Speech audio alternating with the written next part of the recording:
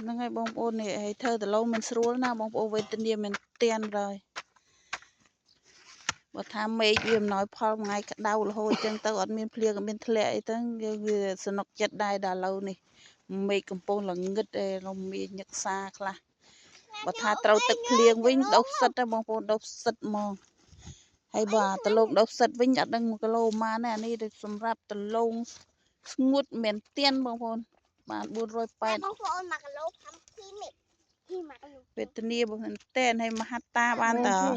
3 តោន 4 តោន ណាបងប្អូនខាតមែនទែនឥឡូវនេះកំពុងស្រកបដើនេះ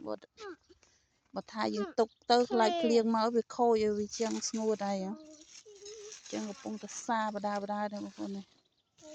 ដីមហាត់បានតែ 4 តោន 5 តោនទេបងប្អូនហើយ1 តោនទៅ 440,000 ជាងបើថាស្រស់វិញ1 គីឡូ 100 ជាង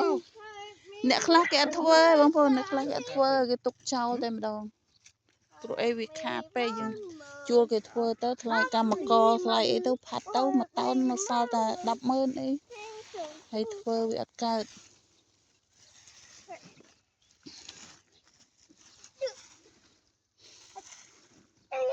អូនេះធ្វើខ្លួនឯងបងប្អូនមកហាត់ធ្វើកម្លាំងខ្លួនឯងបើថាជួលគេអត់សល់លុយទេបងប្អូនអញ្ចឹងហើយធ្វើខ្លួនឯងលេងទៅខ្លាចបានលុយសងគេខ្លះវល់បងការបងអីគេខ្លះបងអើយតែអញ្ចឹងទេនេះគីអង្គការមកដល់ផ្ទះទៀតហើយវេទនាមែនទែនជាកសិករយើងធ្វើស្រែស្រូវចុះថោកគីឡូ 600 700 ឥឡូវហ្នឹងដលងក៏ចុះថោកទៀតទៅពឹងអីមានតែចំណាក់ស្រុកទៅធ្វើការនៅស្រុកគេហ្នឹងដើម្បីយកលុយមកសងធនាគារឲ្យបងប្អូនអើយនៅខាងបងប្អូនបានប្រហែល100ដែរដលងនេះ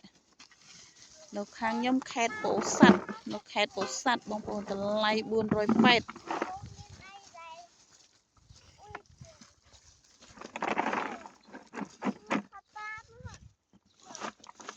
អានេះយើងហាស្បៃផងបងប្អូនមកថាហាដីវិញត្រូវភ្លៀងមកសាអត់ទាន់ទេបងប្អូននេះ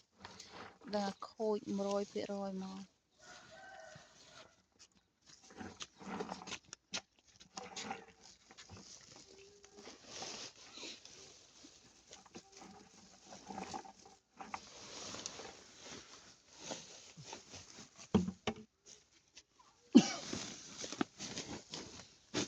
ហ្នឹងលោកឪពុកអ្នកម្ដាយកំពុងមានញឹកសាបដាអត់ហ៊ានឈួលគេខ្លាចអត់មានលុយឲ្យកម្មករអញ្ចឹងណាព្រោះប្រឡងថោកពេក